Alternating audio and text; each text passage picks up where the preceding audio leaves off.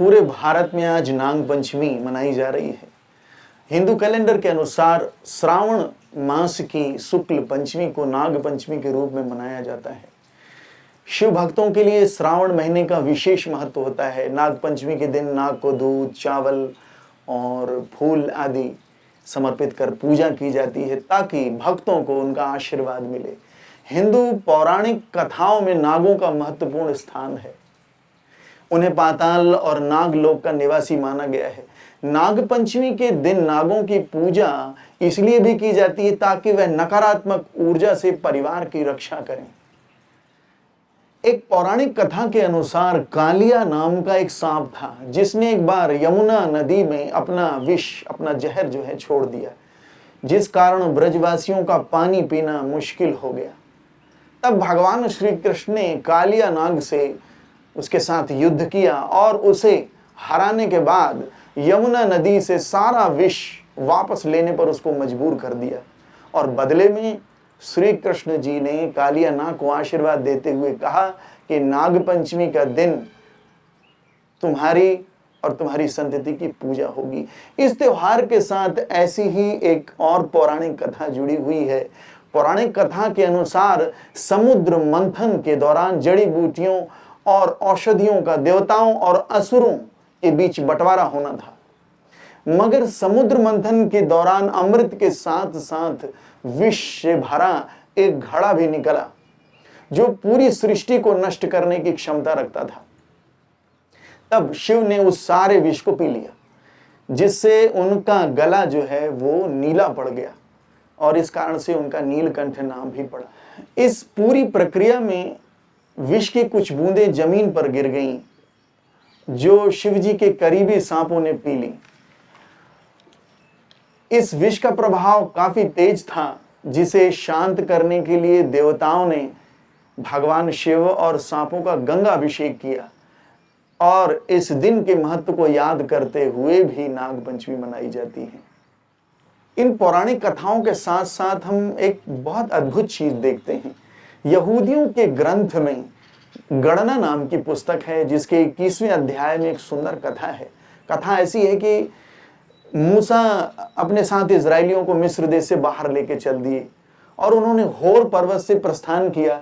वे एदोम देश के किनारे किनारे जाने के लिए अकाबा की खाड़ी के मार्ग पर चल पड़े। मार्ग में चलते चलते लोगों के प्राण अधीर हो गए। वे परमेश्वर और मूसा के विरुद्ध बोलने लगे।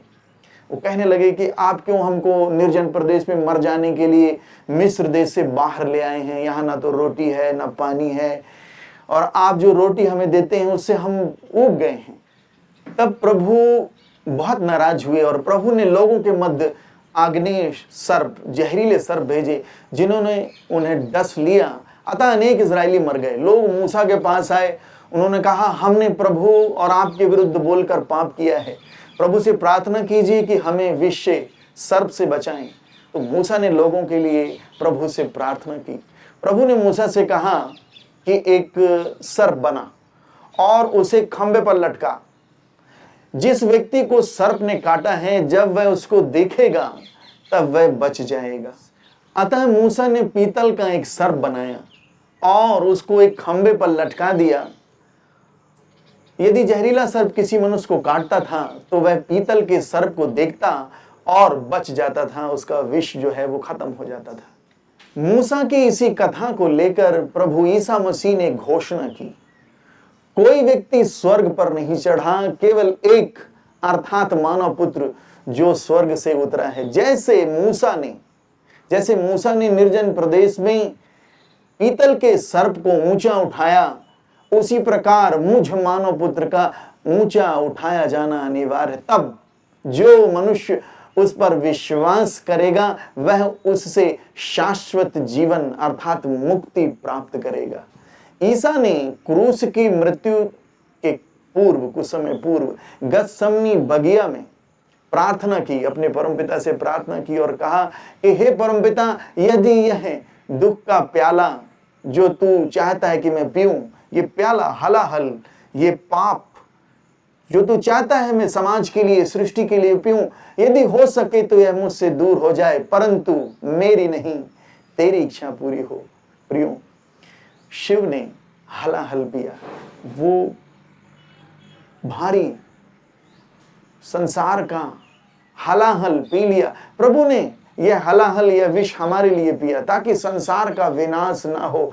आज नागपंचमी हमें ईश्वर के महान प्रेम का स्मरण दिलाती है, जो कर्म योग, भक्ति योग, हठ योग से नहीं, गुरु कृपा योग से संभव होती है। ईश्वर आप सबको आशीर्वाद दे।